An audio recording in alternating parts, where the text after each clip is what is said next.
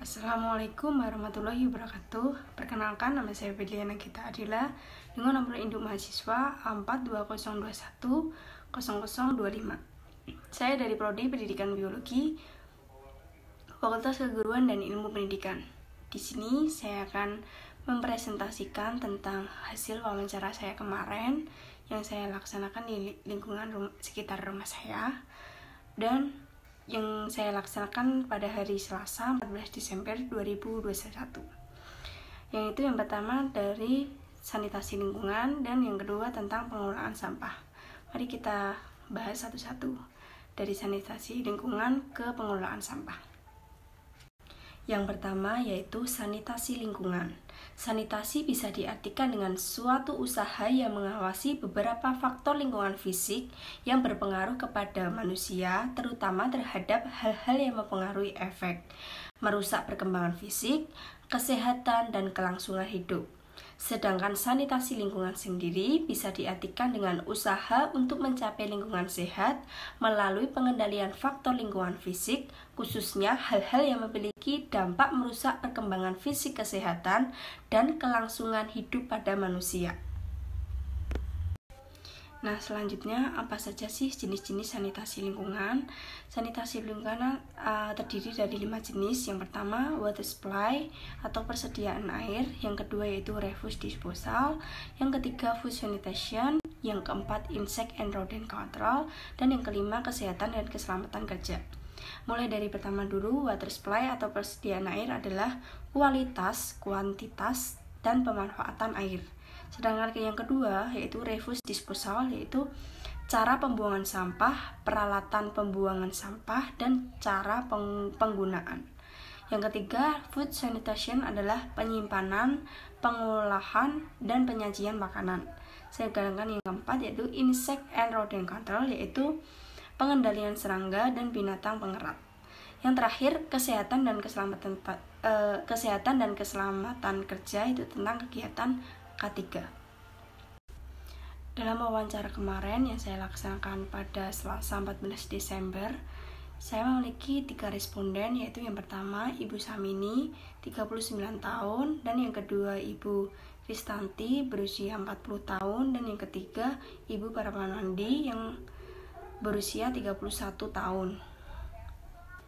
Wawancara setiap responden, yaitu pertama sanitasi perorangan untuk dewasa dan anak. Yang pertama, poin yang pertama yaitu A. Kebiasaan mencuci tangan dan menggunakan masker. Poin B. Kebiasaan menggunakan alas kaki. Poin C. Kebersihan kuku. Poin D. Observasi sanitasi air bersih lingkungan. Poin E. Observasi air bersih.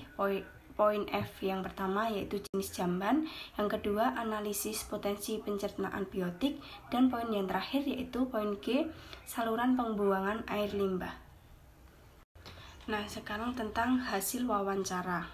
Kita mulai dari responden yang pertama yaitu Ibu Samini yang berusia 39 tahun.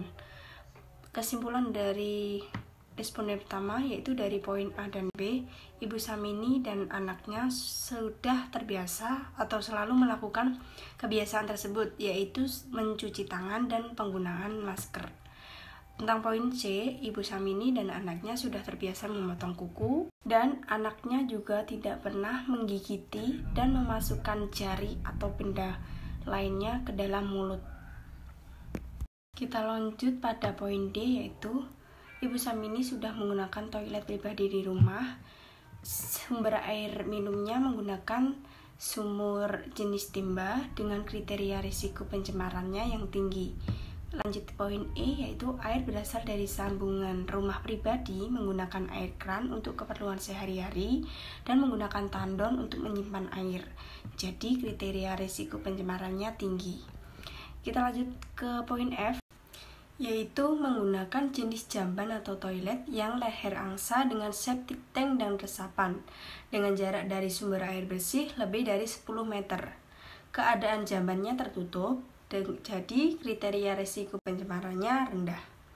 Dan terakhir poin G, air buangan dari septic tank diserapkan dengan saluran air buangannya dalam keadaan yang tertutup sehingga kriteria risiko pencemarannya rendah.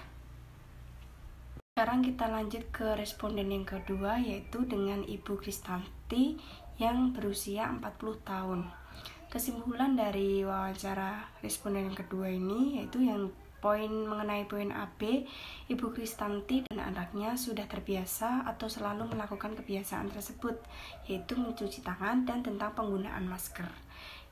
Poin selanjutnya yaitu poin C, Ibu Kristanti dan anaknya sudah terbiasa memotong kuku dan anaknya juga tidak pernah menggigiti dan memasukkan jari ke dalam mulut. Poin selanjutnya, poin D, yaitu sudah menggunakan toilet pribadi di rumah. Sumber air minumnya menggunakan sumur jenis timba dengan kriteria resiko pencemarannya yang tinggi. Poin E, air berasal dari sambungan rumah pribadi, menggunakan air keran untuk keperluan sehari-hari, dan menggunakan tandon untuk menyimpan air. Jadi kriteria resiko pencemarannya tinggi. Sekarang poin F, menggunakan jenis jamban atau toilet yang leher angsa dengan septic tank dan resapannya dengan jarak dari sumber air bersih lebih dari 10 meter. Keadaan jambannya tertutup jadi kriteria resiko pencemarannya rendah. Poin G yang terakhir, air buangan dari septic tank diresapkan dengan saluran air buangannya dalam keadaan tertutup sehingga kriteria resiko pencemarannya yang rendah. Responden yang ketiga yaitu dengan Ibu Paramanandi yang berusia 31 tahun.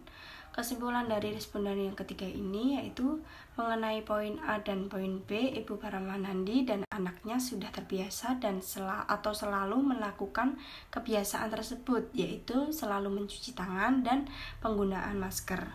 Poin C, Ibu Paramanandi dan anaknya sudah terbiasa memotong kuku dan anaknya tidak pernah menggigiti dan memasukkan jari ke dalam mulutnya.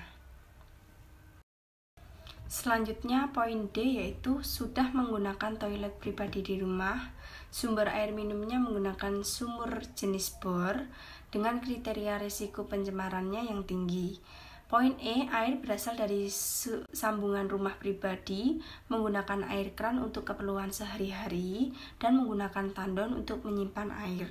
Jadi, kriteria risiko pencemarannya tinggi. Poin F, menggunakan jenis jamban atau toilet yang leher angsa, dengan septic tank dan resapan dengan jarak dari sumber air bersih lebih dari 10 meter. Keadaan jambannya yang tertutup dengan kriteria resiko pencemarannya yang rendah. Poin terakhir yaitu poin G, air buangan dari septic tank diresapkan dengan saluran air buangannya dengan keadaan tertutup sehingga kriteria risiko pencemarannya rendah. Nah, sekarang yaitu tentang saran dari ketiga responden tadi. Saya mulai dari responden yang pertama. Saran saya air untuk memasak diganti menggunakan air galon atau air kemasan. Sedangkan responden yang kedua, karena sudah menggunakan saluran air pribadi, maka harus selalu rutin dibersihkan agar nantinya tidak terjadi potensi pencemaran.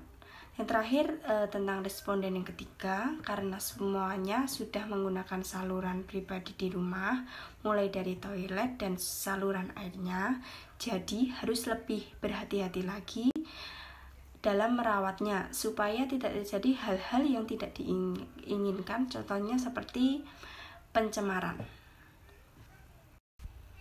Nah, itu tadi tentang sanitasi lingkungan.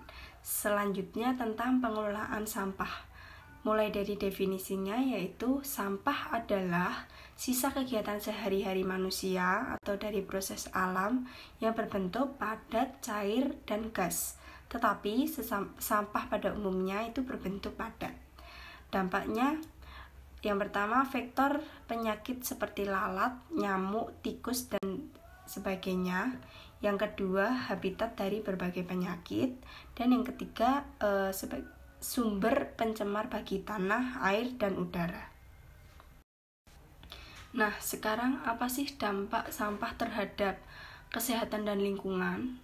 bisa kita ambil contoh. Yang pertama yaitu sampah sebagai tempat berkembang biaknya vektor penyakit seperti lalat, nyamuk, dan tikus. Dan yang kedua sebagai tempat berkembang biak kuman penyakit. Dan yang ketiga yaitu sampah sebagai pencemar lingkungan seperti air, tanah, dan gas. Selanjutnya, apa saja macam-macam sampah? Sampah itu dibedakan menjadi dua jenis, yaitu sampah organik atau sampah basah, dan yang kedua sampah anorganik atau sampah kering. Mulai dari sampah organik, yaitu jenis sampah yang berasal dari jasad hidup sehingga mudah hancur dan membusuk secara alami. Kita ambil contoh misalnya sayuran, ikan, daging, ayam, nasi, dan sebagainya. Sedangkan sampah organik adalah sampah yang tersusun dari bahan non-hayati atau tidak hidup. Contohnya plastik, logam, kaca, kaleng, dan sebagainya. Nah, sekarang tentang hasil wawancara responden tentang pengelolaan sampah. Kita mulai dari responden yang pertama, yaitu dari Ibu Samini yang berusia 39 tahun. Rumah Ibu Samini menggunakan tempat sampah yang kedap air dengan kondisi tempat sampahnya yang terbuka yang diletakkan di luar rumah, tepatnya di samping rumah. Tempat sampah mudah diangkat dan sampah dibersihkan setiap 2 hari sekali, kemudian dibuang ke tempat pembuangan sementara yang jaraknya lebih dari 10 meter dari sumber air. Kemudian lanjut ke responden yang kedua, yaitu dari Ibu Kristanti yang berusia 40 tahun. Rumah Ibu Kristanti menggunakan tempat sampah yang kedap air dengan kondisi tempat sampah yang terbuka. Diletakkan di luar rumah, tepatnya di samping rumah.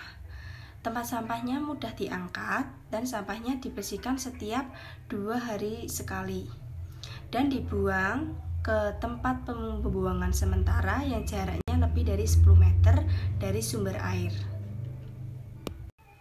Kemudian lanjut ke responden yang terakhir, yaitu responden ketiga dari Ibu Paramanandi yang berusia 31 tahun. Rumah Ibu Paramanandi menggunakan tempat sampah yang kedap air dengan kondisi tempat sampahnya yang tertutup. Tempat sampahnya mudah diangkat dan dibersihkan setiap sehari dalam sekali dan kemudian dibuang ke tempat pembuangan sementara yang jaraknya lebih dari 10 meter dari sumber air. Nah, kemudian mengenai saran atau solusi dari hasil observasi tentang pengelolaan sampah kemarin, yaitu sebaiknya sampah dibersihkan atau dibuang setiap sehari sekali agar sampah tidak menumpuk dan tidak menimbulkan bau atau aroma yang tidak sedap. Dan peningkatan kualitas kesehatan lingkungan atau sanitasi lingkungan yang ada di wilayah responden dapat difokuskan melalui kegiatan pengelolaan lingkungan dengan perbaikan atau penanganan berdasarkan permasalahan atau kondisi lingkungan mereka yang dirasa dapat menyebabkan resiko pencemaran yang tinggi. Namun, permasalahan tersebut perlu adanya. Itu saja presentasi tentang hasil dari wawancara saya yang saya lakukan di lingkungan sekitar saya. Terima kasih. Wassalamualaikum warahmatullahi wabarakatuh.